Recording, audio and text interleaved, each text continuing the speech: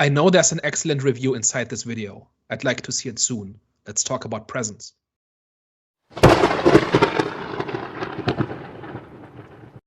Hello, everyone. Welcome back. We are back, the Eye of the Storm podcast. So, today we'll be reviewing the Neon movie Presents. Before we get into that, we are going to do what we always do and give you guys movie recommendations. So, Amanda, what's the most recent thing you've seen that you want to tell the people? I don't have too much new this week. I mean, if you kind of seen previous reviews that we've done, I've talked about Traitors before, and it was the final. Again, just kind of exciting, sort of like the gameplay and the like maneuvering and sort of the setting people up for failure and stuff like that in the show. It's just great to watch. But outside of that, I was actually rewatching a bit of Special Ops Lionesses season 1.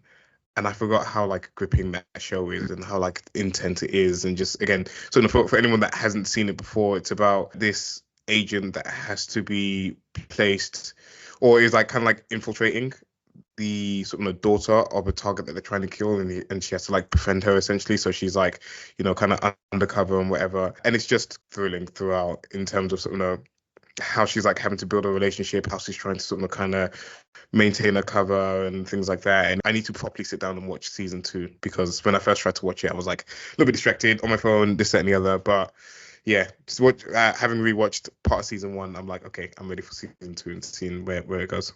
I watched 2 good things actually over the weekend. I watched Shaft and Beverly Hills Cop. I think it's called X or F. They've created so many Beverly Hills movies. I don't know if this is the 4th or 5th one or even 6th. I'm not too sure. But yeah, those 2 movies are really, really good. I remember when they came out, I was not like, I think one came out in 2024, and I think Shaft, I don't know when that one came out. It must have been 2024. And when it first came out, the trailer didn't really look too great to me. I was like, oh, it is what it is. Like, I've seen the first Shaft, and I've seen a few Beverly Hills movies, I think 1 or 2. So they were good movies, but this one I was surprised that I actually enjoyed it. It did still, okay, for people who don't know what the movies are about, Beverly Hills is pretty much Eddie Murphy is a police officer. In this one, he goes all the way to Los Angeles to pretty much protect his daughter and investigate what the hell's going on, because she's taking on the case of, I think he's from Mexico, I think he's Hispanic, but she's taking on the case of a Hispanic kid who is pretty much being set up for murdering a police officer. So yeah, they're going through a whole journey there. And Shaft he's like an investigator where he works with the police, I believe. I think so. Something like that. I'm not too sure, but he's like in some sort of like in the police force area, and he helps his son try and figure out what happened to his best friend. Both of them are great. Shaft was funny as hell. I was surprised how funny it was gonna be, because I think the first Shaft was like that was really funny too, but this one has to say it's probably on the same wavelength. And Shaft came out, I think it was the 90s. So I'm surprised. Like I wasn't looking forward to these ones because I was so disappointed about Coming to America 2, right? Coming to America 2, because just everything, like the whole identity of Coming to America was just destroyed in Coming to America 2. So I thought with Beverly Hills Cop and Shaft, like it was going to be a thing where they try and just blend it in with the new generation and try and make it appeal to them. But I think they definitely kept the identity of both Beverly Hills and Shaft in these movies. So it was a good one. Best thing I watched this week is Phone Booth, which is a 2002 psychological thriller movie. And it's essentially about this guy. He's this New York publicist who is shown to essentially use people for his own benefit in every aspect of his life. And then when he picks up a ringing phone in a phone booth, it turns out that he has been watched by this psychopath who wants to make an example of him by essentially saying, if you hang up the phone, he will start killing people. And so he starts playing these mind games with the guy, and it keeps escalating. Like somebody ends up dying, and then the police shows up and they think the publicist is the killer, and it just keeps getting worse and worse. And it's this mind game between the cop, the publicist, and the killer, who we only hear on the phone. And like the plot itself isn't really the important part about this movie. I think it's kind of a showcase for all you need for a great movie is a couple of good actors and a good script. Put them in a location and then just watch them go. This movie does suspense like nothing else. Within the first couple of minutes, it's got your attention, and it doesn't let go until the end. And like the actual plot and resolution is almost not important. It's just all these different performances and this whole thing about reputation and perception and people trying to use each other for various purposes. It just all kind of comes together in this very small and very suspenseful drama. Like we talked about Carry On a few weeks ago, and that very clearly took some notes from Phone Booth, but not enough. That does this particular thing probably better than anything else I've seen. So it's that one was really kind of a wake-up call, where if you watch this many movies and most of them are bad, eventually you stop believing that movies can do this. And then every once in a while one comes along that actually just reminds me why like movies are my favorite storytelling medium, because this can only be done in film, I think. Definitely one I need to rewatch, Phone Booth. I've seen it quite a long time ago, but yeah, I remember it being really, really good and really like suspenseful and intense. It's all the performances of like 3 actors. Like it's not a huge thing. It's Colin Farrell, right? Colin Farrell. Colin Farrell is the publicist. Forrest Whitaker is the cop. I think Kiefer Sutherland is the killer. That's basically the 3. And then like there's other characters too, but those are the 3 that drive the story, and they're all firing on all cylinders. I'm sure lots of people know this one, but I think it's just worth reminding. Like if you've kind of maybe lost sight a little bit of how good, well, like a thriller with a tight script can be, just rewatch this one. Also, Colin Farrell, very, very underrated actor, man. Like doesn't get talked about enough about how really good he is as an actor. Daniel, can you please let the people know what Presence is about? All right, just so brief synopsis. It's kind of tricky to summarize because the trailer kind of sells it as like a ghost story or a haunted house story or a horror movie. And a lot of people have been really upset with this movie because the trailer created the wrong expectations. And what this actually is, it's a family drama in which one of the characters is a ghost. So essentially, a family moves into a house, and we just essentially see them going through like just their daily lives. Like the kids go to school, the parents have their work, they've got the family problems, all of that. The entire time they're being watched by a presence in the house. So the entire thing is shot from the perspective of the presence, and it just keeps watching this family, and we kind of observe them when they think nobody's watching. And from there, we kind of see kind of a cross-section of their daily lives, and we see their problems, and we see how these problems kind of culminate over the course of the plot. You just need to go into that movie with that knowledge, and with the knowledge that the trailer has been selling a different kind of movie. I hear a lot about walkouts, and in my movie, like 80% of the people who bought a ticket did not show up. So I think a lot of people are not taking this well, and I think we're gonna go into that in our spoiler discussion. But this is just one of those movies where what you've been sold is not really what you get, but what you get is still worth taking on its own merit, I think. So what were our takeaways from Presence? It definitely wasn't bad. I'm trying to like summarize this. It's hard to talk about without actually talking about the ending, right? Yeah. Like you mentioned, it's like a family drama. Whilst there were some interesting parts of the family drama, and there was like some good moments in it, I don't think it was interesting enough as a whole to kind of like really carry the movie, or like really make me hold this movie to high esteem. And I kind of understand what the movie was trying to get at and trying to do with the whole presence observing this family drama, and then of course what the presence ends up being at the end. But for me, it never really was super compelling, and it never really felt like it was anything more than just kind of being, I don't want to say generic, because like it wasn't like super generic, but it wasn't amazed or like wowed, or like I wasn't given like a whole like brand new perspective, or like kind of like fresh take, or like idea on like any type of like family drama. It just kind of felt manufactured a little bit, to be honest. To me, it's a hard one to summarize this one, because like again, like while I'm saying all of that, it wasn't like a bad watch. I wasn't like sat there like hating my experience of the movie, and I feel like the whole like it shooting it from the peasant's perspective, I thought was like pretty cool as well. There was like a lot of like cool shots, like you mentioned about like the feeling of like thinking that you're alone, but actually, from our perspective or from the peasant's perspective, it's just like seeing you in those like most vulnerable moments in there, which whereas like some of the like higher parts of the movie where some of the movie was at its best, especially like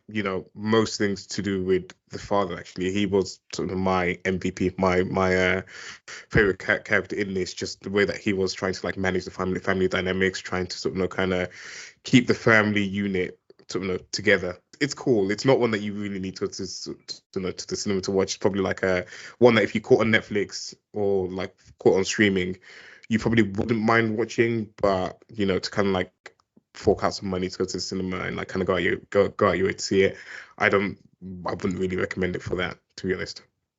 While watching this film, you can see that suspense is like the main thing that is like the vehicle of the movie, like something which is relied on and something which is pretty much, that was their intention, right?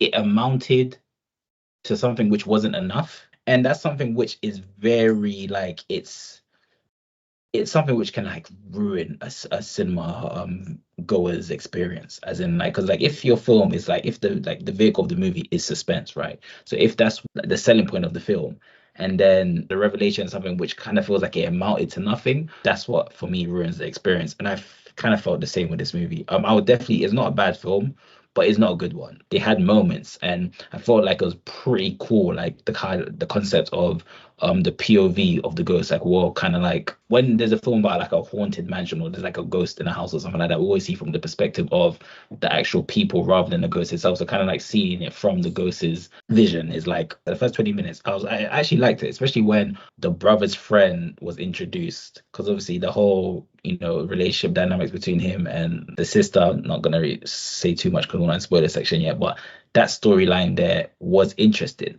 But then after the 20 minutes, it just kind of like, there wasn't really much going on. It's just a film that is like a drama film that relies on suspense. Overall, I think I was left unsatisfied. Number one, because this wasn't what was being sold to me, because I thought I was gonna get a horror. And number two, there had to be like, it was very linear. It just wasn't enough, man. It was like you knew what was gonna happen, if that makes sense. The only part where I was surprised was the end. So I think this is a really solidly made movie, but I was kind of going back and forth between being bored out of my mind and captivated. And that often would be change every scene. So some things of this are really good. I think the whole idea of a ghost movie that's shot in first person from the point of view of the ghost, and you are following somebody who has agency, but who cannot interact with anybody, and so is forced to watch, is something that on paper is really cool. And it sometimes realizes this. There are other scenes where it's just not as good as it could be. So there is some really heavy-handed foreshadowing, and there's some really clunky dialogue. And the teenagers were clearly written by somebody who has not been a teenager this century, and things like that, right? I think there's not a lot foreshadowing going on that actually in the movie really gives context to a lot of things. And we can go into that in the spoiler section too, what I'm talking about. But my point is, it feels like an underdeveloped concept where there are entire plot lines that seemingly don't really connect to the rest. Overall, I had a good time watching it, but there were extended periods where I thought, like, this is just not interesting.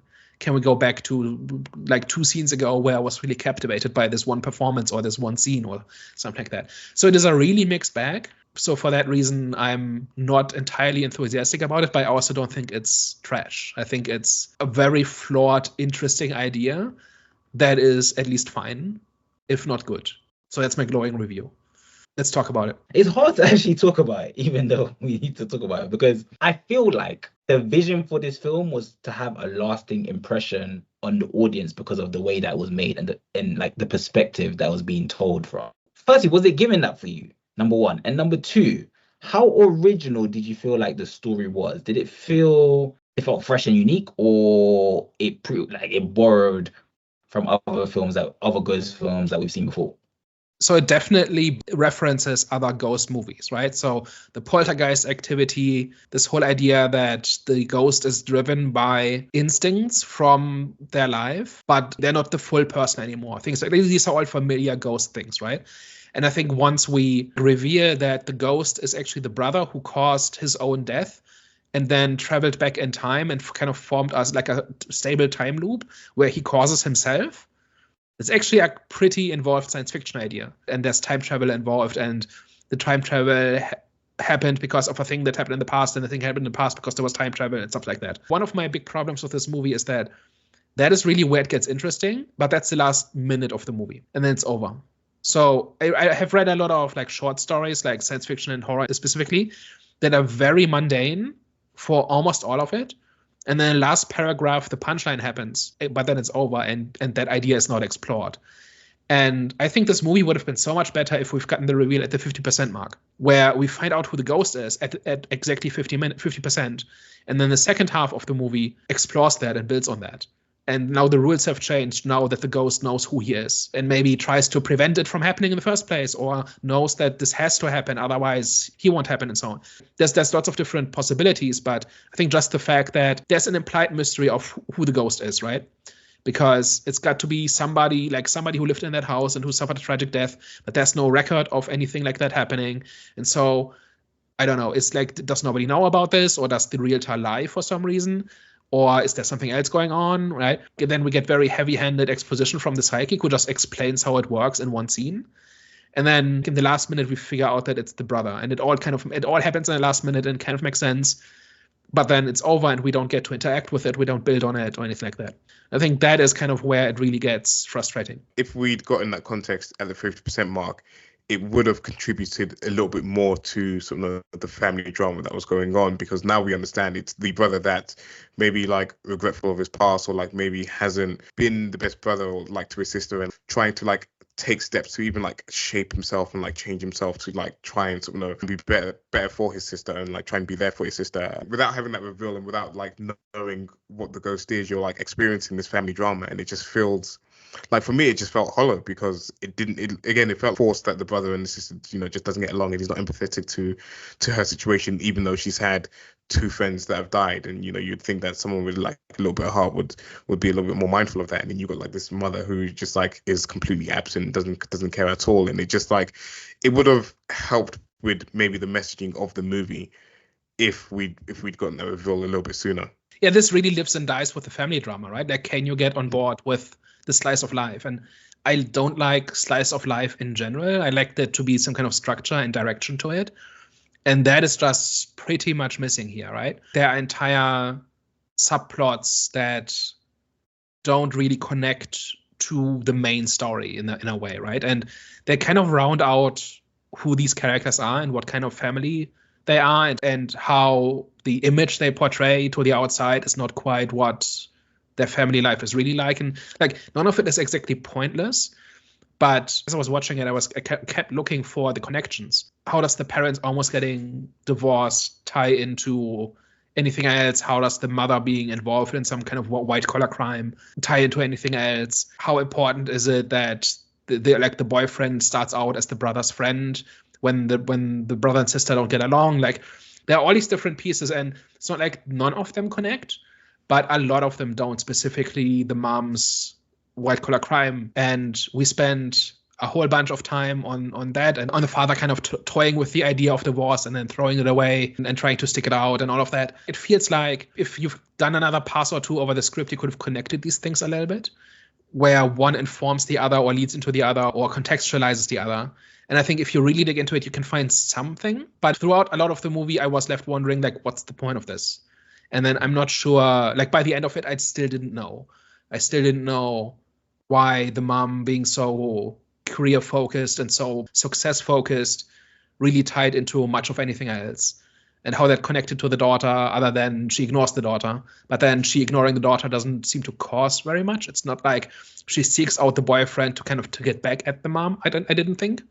For like, you could imagine different ways, but very few of them happened.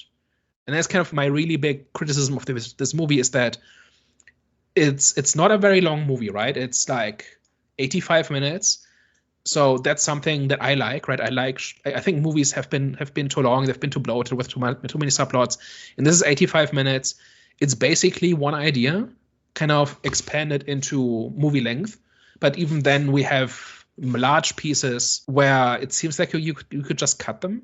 That was part of my feeling towards the end of the movie. It was a bit like you kind of like felt a little bit empty, or you didn't feel like satisfied enough with kind of like what was going on with the mum and sort of like how that played into anything, and sort of the whole like dynamic between like the mother and the father, like you said, like none of it fed into sort of like the daughter, who was sort of the main person behind this. It just seemed like it was all just like a vehicle to kind of get to the last point where like the mother had to like rush off somewhere and the father like wanted to be like supportive and like followed her. So then that gives the boyfriend the opportunity to sort of exact his plan. But the only other aspect I kind of like see it tying to is like the theme of, you know, how you portray yourself sort of outside isn't sort of kind of like who you are behind the scenes when you're sort of kind of like by like when you're like alone at home or like in your kind of like family home or whatever. Outside of that, again, like I was the same. I was just like waiting for it to connect, waiting for it to click, waiting to even like understand what was even going on with that whole side plot. I feel like that's why I probably feel like the family drama just wasn't enough, because that's the crux of the movie, because nothing was feeding into each other. Like, you know, the whole mother not caring about her daughter just like didn't drive anything. It didn't feed anything. Like, she seemed to be, I wouldn't say she was like well rounded, because of she had like her issues that she was like kind of like dealing with, and she had some trauma that she was like trying to unpack, but none of it was remotely related to the mother. And there was nothing about the son being the favorite child as well for a mother that like fed into anything really as well. So yeah, on that aspect, it was quite disappointing. Let's unpack that a little bit, because it's easy to say, well, there's just nothing there, end of review, right? That's easy to say, right? So the mom earns the money, right? Like, I don't know if it's even said what the father does. I think he has a job, but it seems to be insignificant in terms of income, right? So she's the one who provides the lifestyle, right? And they live in this nice house. And actually, one of the things I was thinking the entire movie is, I want to live in this house. It looks really nice. Right? It's just a really nice house. But whatever job she has, she's very results driven and very the ends justify the means kind of thing. Like, she outright says this at one point: it doesn't really matter what mistakes you make as long as you do it for the people you love, right? Which is her rationalizing her activities. And it's not clear whether those were necessary for them to have this nice lifestyle, or if that was just greed. I don't think it's really made clear. But then this whole thing about achievement is the big thing. It kind of leads to her favoring the son, right? Because he's the popular one. He's the one who wins all the competitions. You can see him getting a nice scholarship, going to some big name university, right? He's like on this trajectory as a winner, right? And the daughter isn't, and therefore she focuses entirely on the son and ignores the daughter. But she also doesn't even really like push the son. She just wants to kind of be associated with his winning. Right, that's what it seems to be, and the father is the one who actually tries to do the parenting. And then whenever he points this out to her, she's got a very knee-jerk, very immature reaction to it, which basically means she knows what she's doing, and she's in denial about it because she can't do anything else. So there's a whole bunch of different stuff going on here, right? My question is, how does it connect to the rest of the actual story? Because to me, what's actually the core of the story is the relationship between the brother and the sister, and about how they can't get along, and they basically kind of make each other's lives difficult. At least he makes her life more difficult, right? But she's not exactly helping either. And then in the end, he dies protecting her, right? And he's completely selfish throughout his life, and then he dies doing the first selfless thing that he's ever done, right? And as a result, he basically is condemned to relive that as a ghost, reduced to his basic instinct, which is to protect his sister.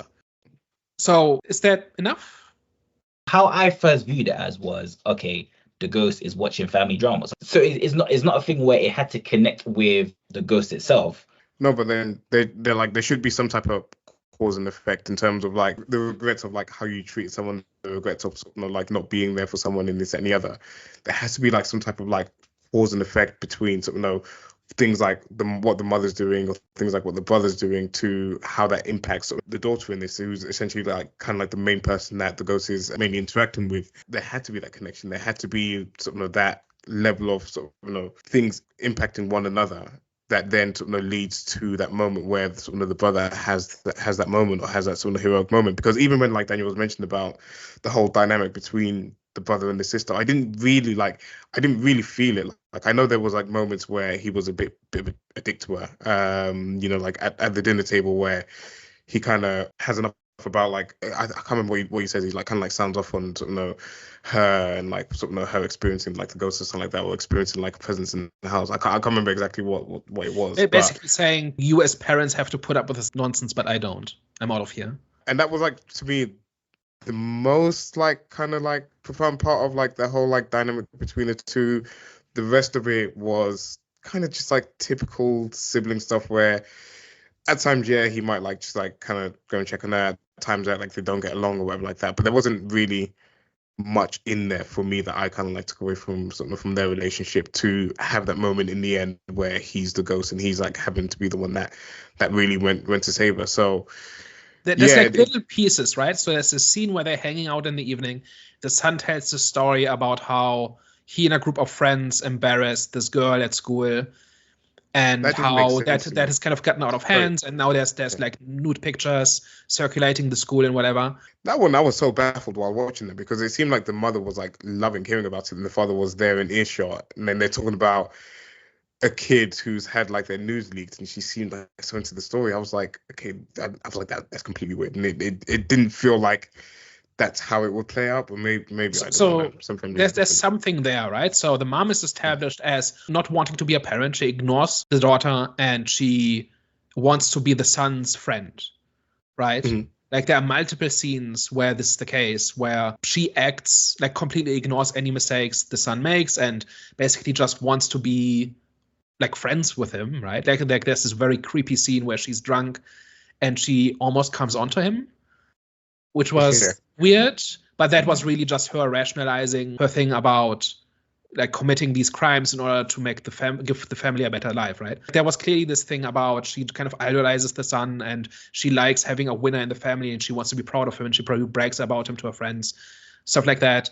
So she wants to enable kind of his winner behavior, right? Like when he's part of this high status group, and when he brings home this friend who, I don't know if she ever reacts to the friend, but just the fact that he's friends with popular kids is probably something that she approves of. So I think that there's something there in the psychology of the mom. Like, it seems like it should really inform how the brother and the sister interact, right? Where they get treated differently by their parents, or mostly the mom. Like, the father just tries to do damage control the entire movie, but the mom is the one who's just completely ignoring her and has basically written her off as. I remember, like, I think the dad recommends at some point that she should get a different therapist, and she just says, she just has to work it out. Something like that, right? She's not involved. She's not trying to help. She just has written her off as damaged, and she wants to pay attention to the winner in the family, right? Yeah. I think these pieces are all there, and they kind of all make sense. What I'm just asking is, why do we spend so much time on these things that don't directly influence what the point of the story is? Just to stick to this one aspect, the son has essentially this borderline narcissistic behavior enabled by his mom, right? And the father is not. He's trying to do something about it, but he's clearly given up, and he's clearly not getting results, despite his best efforts, right? But that does not seem to then carry over into how brother and sister really interact, right? They're distant, but it does not seem a reflection of that, right? The daughter just seems to have been largely checked out. She does not seem to have a grievance about like wanting and not getting the attention and approval of her mother and stuff like that. I don't know. It just seems too disparate. Like, it seems like there are essential pieces missing. And then when we get to the point of the almost divorce, that also, I don't think, really connects to the main story, right? Was that an almost divorce? So the father knows about the mother's criminal activity. Yeah. And he wants to know, like, he wants to protect himself, he wants to protect his family, and he's contemplating divorce, right? or at least legal separation or whatever the exact thing is, but basically so that he does not get dragged down with her and the family does not get dragged down with her when it eventually comes out. And he wants to know from his lawyer friend how liable exactly is he and what are his options and so on. But then in the end he decides that he's going to stick it out. They then go onto this company retreat and where they try to talk to a guy who can help them. I mean, the real question is, what does any of that really say about like family and like family dynamics and sort of know the inner workings of a family behind the scene? Like, they're just like kind of like you said, just like examples of like what could potentially happen and like sort of know the psychology of like certain sort of parents' behaviors or siblings' behaviors or whatever. But there never really is a point to it, and because there isn't like the cause and effect, it's like, what's the movie really kind of like trying to say about any of it? So again, even on like a theme level, I'm not really getting too much from sort of the pieces in here. You're just like, okay, cool, they're in this situation. The mom has a favorite in the situation. The parents are in like a difficult like position, but it doesn't really like speak to anything like on the story level or on the theme level for me. Is it good storytelling to have just a mystery that drags out for 99% of the movie and then becomes really obvious in the last minute? Is it actually a satisfying story? Because that's what this is, right? We have no idea who the ghost is. And we find out it's the brother in the last minute, and then the movie ends. And it's really obvious as it happens, right? There's no like big mystery to figure out at the end. But also, I don't think there are any real clues throughout the movie where you could figure it out halfway through. Is that satisfying to watch? Like I remember you mentioned, like before, you mentioned how it takes skill to do comedy, right? It takes skill to do mystery as well. So if they're banking on like the big reveal, the mystery to be the selling point of the film, then there should be more layers added to the storyline, but there wasn't. And I think the reason why there wasn't was because they had the whole psychological and the whole thriller and the whole horror genres and aspects of things. And I think they thought that was going to be enough, but no, it wasn't. It dragged out. It just seemed like, as I said, it just seemed like a family reality TV show that I was watching with some. There wasn't really even jump scares, but just with some like. Can't do a jump scare if you're from the point of view of the ghost. Yeah, well, yeah, you can't really do a jump scare. You are right, but I thought there was going to be those at some points, but there wasn't. But yeah, so there was a lot going on in terms of the genres. I keep referring to the genres, but I think the genre is what messed up this film. Is if they just presented but it. You know, from like 5 to 10 minutes in, this is not a horror movie, right? This is something else. This is a ghost watching a family. And then we observe the inner workings of their family. That includes watching like this terrible thing that's happening to the daughter. Like that's the point, right? I don't think I didn't feel misled by the movie. You didn't feel misled by the film? No, like obviously the trailer is selling and the posters are selling something else. Like the poster quotes, like you do all the same thing. Like every movie poster says that this is the scariest movie of the year and whatever nonsense. And that's just to sell tickets. But once you're in the movie, I think it's pretty upfront about what it is. I didn't feel misled. I didn't feel strung along. Like from the first couple of minutes into the movie, I realized, okay, this is what we're doing. It's okay. Like I don't need a standard horror movie. In fact, if it's not a standard horror movie, that's actually more interesting. And then I kept waiting for it to really develop that idea, and it didn't really that much. But as I was watching the movie, I felt like I was on the same page with the movie the entire time. To me as well, like just kind of like bring it back to like the whole like mystery aspect of it. At a certain point, you're like, okay, this ghost is clearly here to like look out for the girl in this. There's like some type of like connection between the two, because like the first time she even walks into the house, she kind of senses a ghost.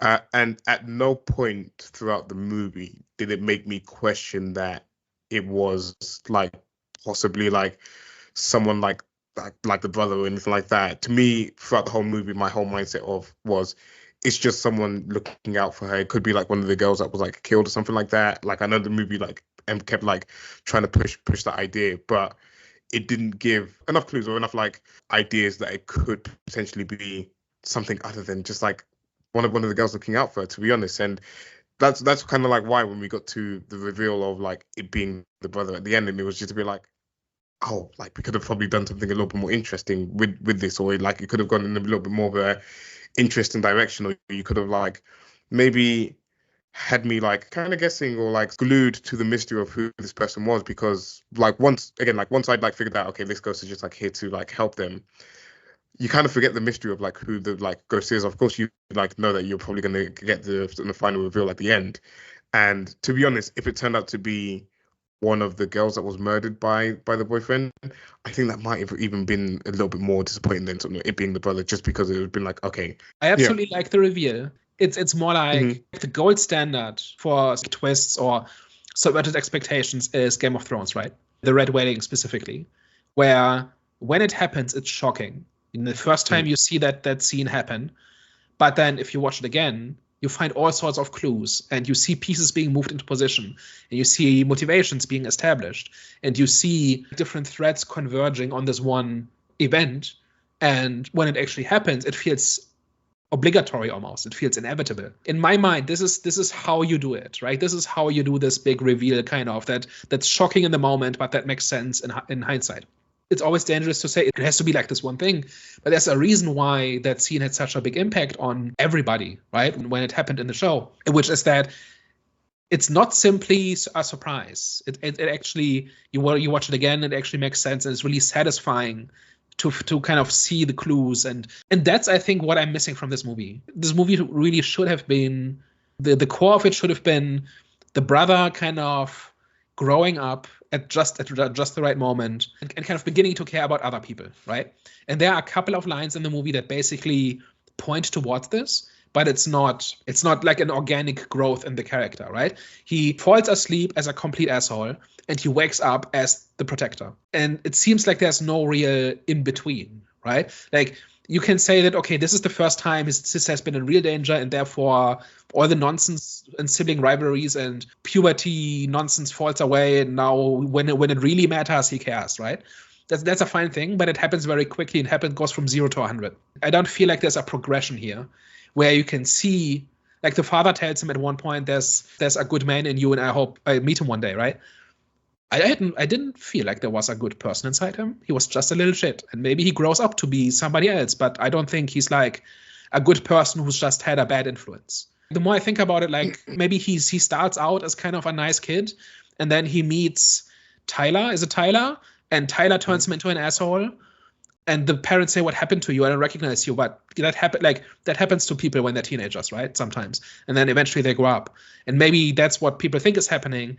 And then he has to kind of rediscover his kind of connection with his sister when the chips are down, when it really matters, right? Something like that, right? Like I think that is really missing. And I think if we had cut out the stuff, all the divorce stuff and everything, that I think it's not completely pointless. It still fills in some blanks in terms of who these people are, but it does not support this core arc that really the brother has, right?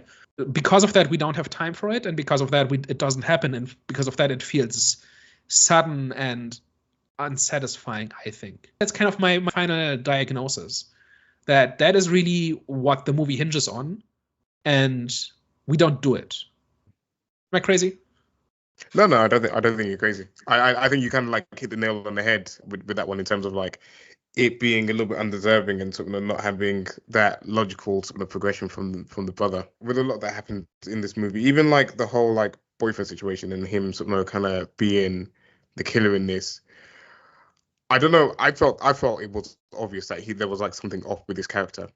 There was the moment where they were kind of like in bed. I think it was like one of the first or second times that they were in bed together, and like they're like having a conversation, and then they kind of like gives this big speech about consent, because that's why I realized, oh, clearly he's the bad guy.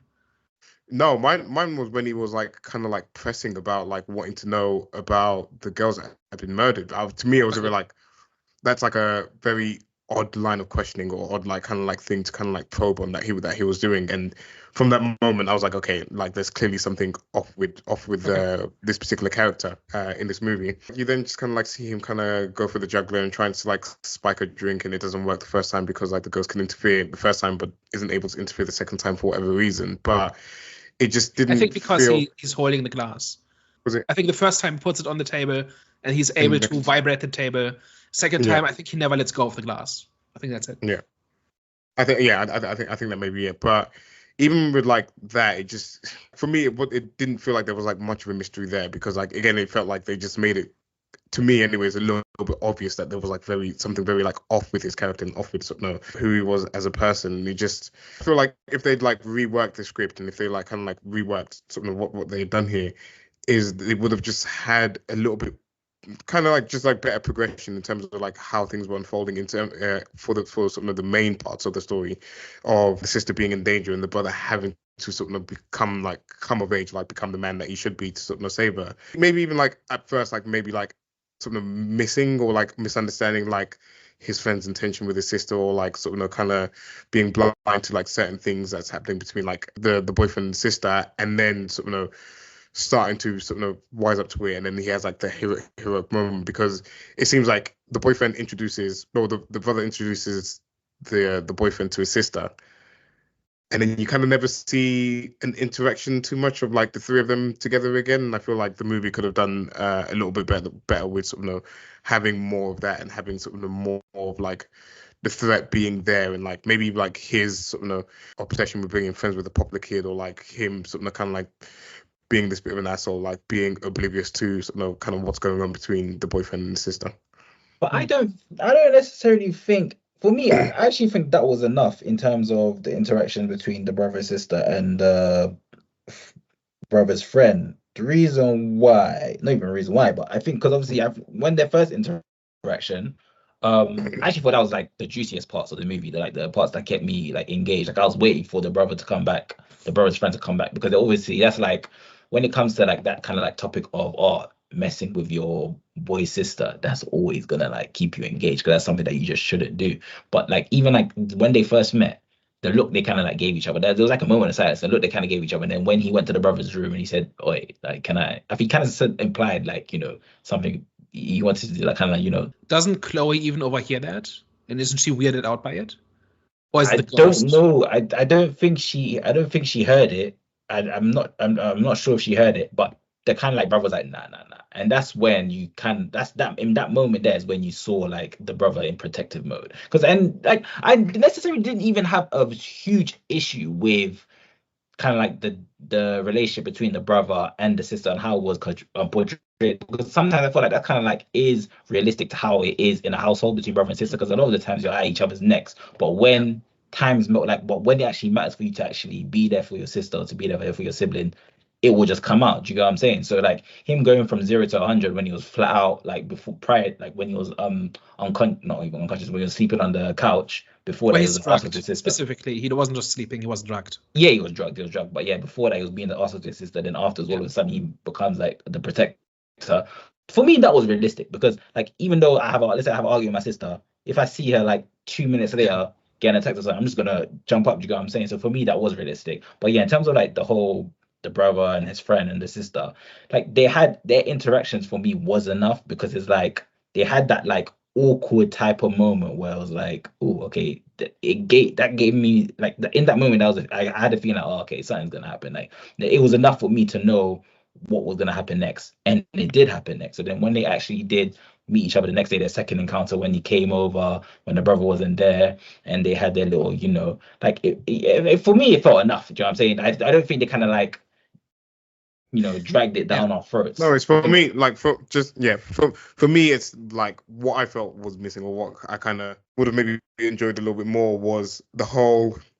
Maybe we know that the boyfriend is a threat to Chloe, the sister, and it's that that us wanting us wanting the brother to come of age, to kind of like overcome like this mindset that he's in, or this like kind of like character that he's being at the moment, to eventually be the one to like step up and protect his sister, and like be like like we were talking about with the airplane movie, where he needed to overcome the anxiety. Like we needed the brother to overcome like whatever he was going through to eventually be there for his sister. And we needed to kind of, for me anyways, have him be there and not being able to like detect the threat that or like the danger that his sister's in, because of who he was, because of like his character, because of like what he was in that particular moment. Like everything else was fine. Like the whole like them meeting for the first time, and like the boyfriend being a little bit sneaky behind the brother's back. It's all fine, but I don't know. For me, it just would have been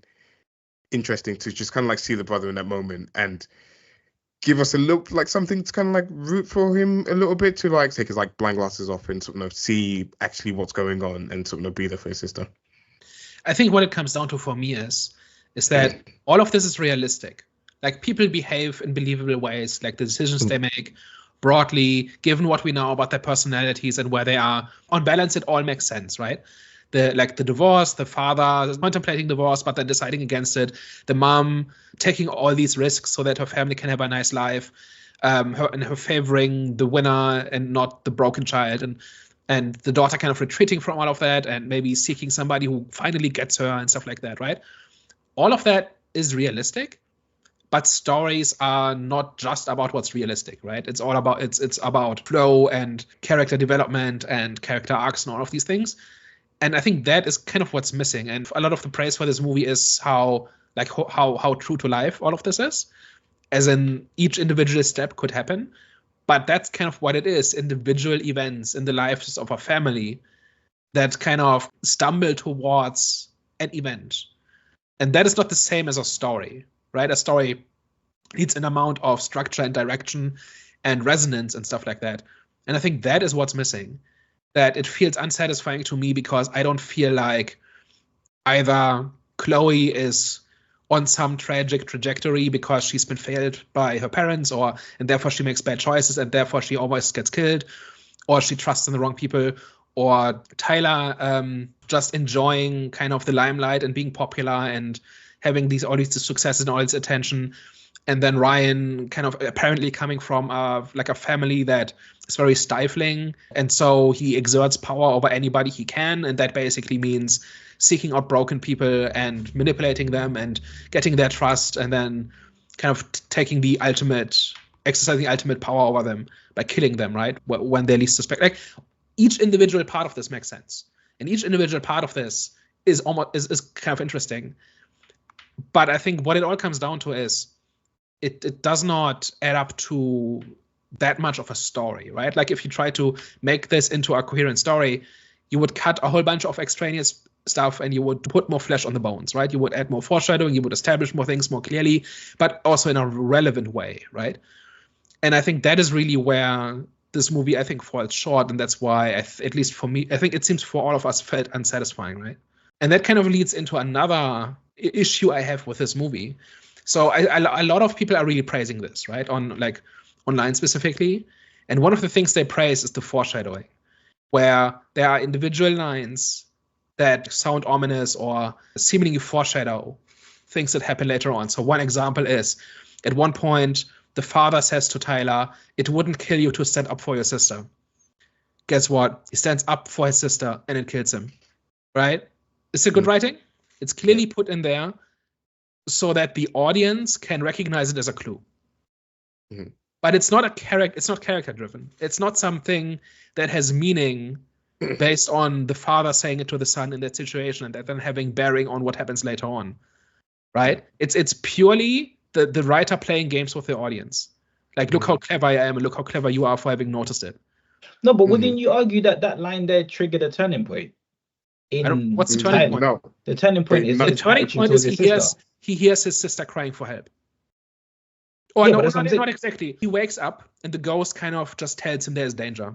And then he realizes, oh no, Ryan is gone and I don't see where Chloe is. And he puts two and two together. He does not actually make a decision. He just springs into action. I understand that. It doesn't matter how generic it was, though. But I'm just saying that it's still a turning point. Because prior to his dad saying that, he was an asshole. It's not, like, the dad also says to him, "There's a good man in you. I hope to meet him one day." Which, as a parenting line, pretty strong. Like, I've banked that in case I ever have a child that needs to be told something, right? I'm gonna quote that one day, because that's, like, as far as guilt trips go, that's one of the most elegant ones I've ever seen. But that does not have I don't think that has an impact on Tyler. I don't think he has a soul-searching moment after this and decides, okay, I'm gonna do the right thing from now on. No, right? but he does have but he does have like there's a moment of reflection when afterwards he goes to his dad in the living room and he says, "Okay, I agree. I was acting like an arsehole." And then dad said, "Did you tell that to your sister?" He said, Sure. "Yes, she told me." Yeah. So it is like But that. that's not, but that is not part of an arc. That is not why he does the right thing in the end. Or that's not why he sacrifices himself in the end.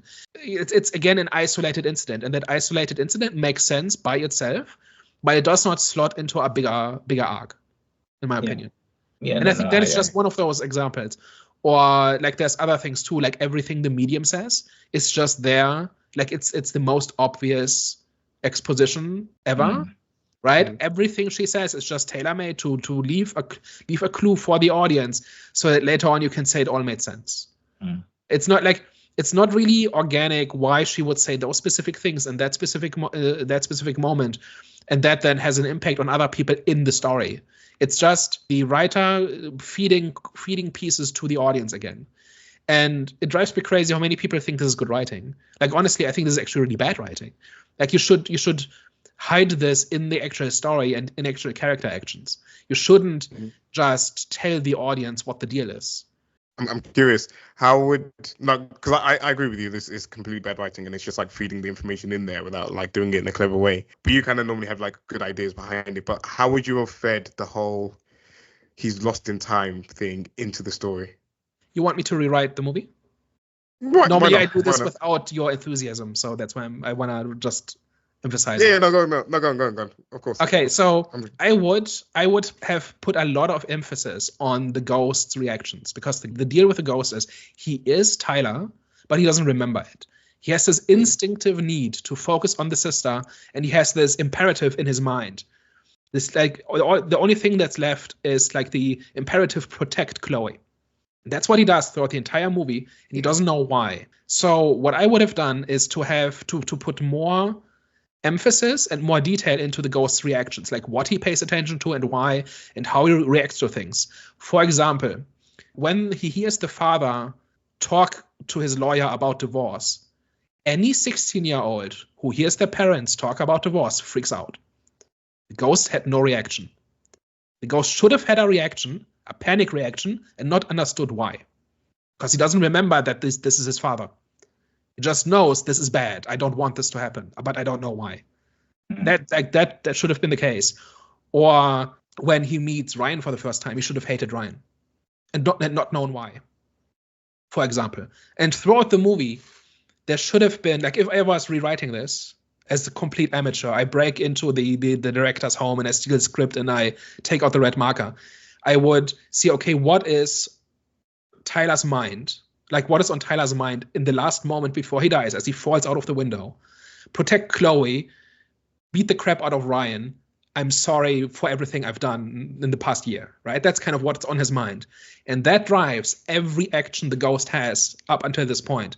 And he even behaves in erratic ways that make no sense to the audience until you know the context. That is how you make that sing, in my opinion. So, I mean, I would say, somebody give me $2 million and I'll make this movie. we might have to start making it a regular section where Daniel rewrites bad movies. We've got a playlist on the channel. There's like 5 videos in it already. Yeah. Oh, do we actually? Mm-hmm, yeah.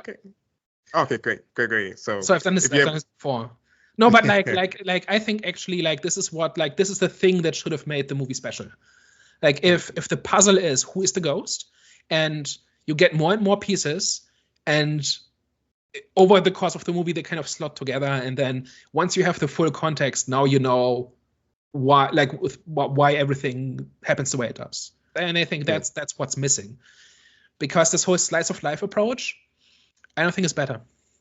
And you can actually kind of see as well, like what you were saying, and I was just like thinking about the moment of like how if you had this ghost that was like acting out to sort of things that Tyler logically would, like the father sort of kind of like talking about divorce and whatever, you know, that could then influence the actual people's behaviors in the movie as well. Like, for example, like if the father's like thinking about leaving the family behind and like sort of, or leaving, because normally like the kids stay with sort of the mother and child, and like most likely she'll get the house or whatever like that. But if he feels like there's an active like possible threat in the house because of like, you know, when he's talking about divorce and like there's like house is shaking up or whatever like that, things falling down, it makes you want to be a little bit more of a protector. You want to like stay and you want to like sort of, protect your family from sort of from what's going on. So it would have been interesting as well if there was like the ghost's reaction is like again like feeding into sort of how people behave or like how people like sort of interact and stuff like that. So that's just one example. Which kind of makes it a self-fulfilling prophecy, right? Because the ghost is caused by what will happen in the future, and what happens in the future is shaped by what he does as a ghost. Yeah. Right. Yeah. So you're in this cool endless stuff time on paper. Hey, someone pay Daniel, man. Someone pay Daniel. We might have to start a petition. Whoa, guys, last ones. I think cool pieces in there, which is probably why I don't hate the movie or why I don't dislike the movie. Definitely just doesn't connect well, doesn't gel well. There is like some emotion in there. I know we didn't speak too much about sort of the father in this because we were kind of like more talking about like certain topics as opposed to sort of things we like. But the father in this was quite good to see, just in terms of like how he was trying to like be a little bit more emotionally intelligent, trying to sort of be conscious of like other people's like feelings and trying to like kind of like tailor his approach and like sort of case his approach to sort of the different people in his family and sort of the different way that they needed to hear from him in this. So I think there was like definitely like some really cool elements related to the family in this, but it just didn't accumulate to anything satisfying, anything sort of fulfilling. All of the reveals, like when you're doing a mystery, the reveal has to be sort of oh, I can't believe like it's that, or like it's got to be like jaw dropping. It doesn't have to be jaw dropping, but it has to like grab you. And I don't think there was enough in the film anyway. I don't think there was enough in the film to make any type of reveal satisfying, to be honest. Basically a cool movie that just didn't connect well. Worth watching maybe on streaming, but can't give it much more praise than that, to be unfortunately. Just again, like one more time, just like the fact that it was like shot from the ghost perspective and we were like seeing it from sort of from them, and it almost felt like being like a fly on the wall and like seeing people in like their most like kind of like weakest and vulnerable moments. It was like a cool idea. It was like a cool twist on doing your typical sort of ghost movie. So I'll give the movie praise for that as well. But again, just ultimately like not satisfying enough for me to give it too much of a thumbs up. So I'll give it 5 out of 10. For me, I had a linear experience with this one. It did have like some engaging moments, mainly with the introduction mainly like the whole relationship dynamic between the sister and the brother's friend, and obviously the suspense that kind of created, and the suspense that created. However, like I said, it was a linear experience. I think is what you see is what you get. It's just not weighty enough to be a psychological thriller. More should have definitely be added to this. I'm gonna give this one a 5.5. It's not average, but it's not good. It's borderline good because it's not a terrible movie. Like I've seen like films way like worse than this. So this one it was done correctly, but it's like pretty much I think like Daniel mentioned before, like a C-. Literally, it's like you just passed when it comes to like a grade criteria for what makes a good movie. I'll say you just passed, but like you're just touching C. So I think this is a C+ audience or a cinema score, which checks out. Like I can see audiences not liking this. I see. Yeah, but yeah, for me 5.5. Yeah, so I like pretty much all of the pieces. I like the premise, like the gimmick, like keep doing a ghost story from and notably we did not go into this, but ghost stories have stopped being monster stories at some point in the last 20 years. It used to be that the ghost was the monster, and now the ghost is the victim. That's almost always the case. It's very rare for a ghost to actually be a danger. It's almost always a victim who needs to be helped in some way. So we didn't really go into that, but that kind of informs how this story works as well, I think. So I like the conceit of doing a ghost story in the first person from the point of view of the ghost. I am very strict on endings, and this is one of the best ones I've seen in years, just from is this good? Is this a good ending to the story? And I think it is. It just doesn't connect the pieces, and it spends too much time on stuff that does not feed into the core of what this movie is about. And for that reason, I can't call it great. And I can't even say I had a good experience watching it, because I was so frustrated for long pieces of it, but I can recognize like the quality of it in pretty much all the individual pieces. I just wish they'd connected those pieces better in the final script. So, and for that reason, that's a 5 out of 8 for me. Not bad by any means, but very, very far short of what it could have been. All right, guys. Thank you very much for tuning into today's episode. Hervé, please do your little plug-in. Yeah, let us know your thoughts down below in the comment section. What did you think about the movie? Did you like the twist of the brother being the ghost in this? What did you think about the family drama and sort of what I had to say about like family life behind the scenes and stuff like that? Let us know your thoughts down below in the comment section. And of course, if you liked what we discussed today, tell a friend. And if you hated and think we were just talking absolute crap, tell an enemy. We are the Eye of the Storm podcast. All right, guys. You heard it here first. We'll catch you next week. Au revoir. Ciao. Bye-bye.